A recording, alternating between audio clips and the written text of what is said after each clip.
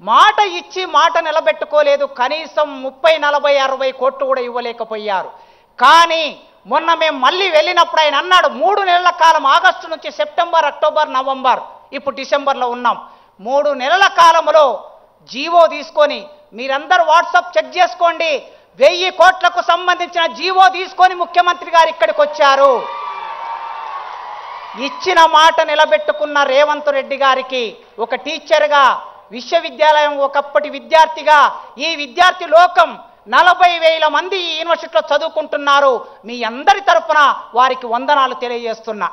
ఇక మిగిలింది 1000 కోట్లతో అందమైన భవనాలు 24 నెలల్లో వారు అనుకుంటే నిర్మాణం జరుగుతుంది.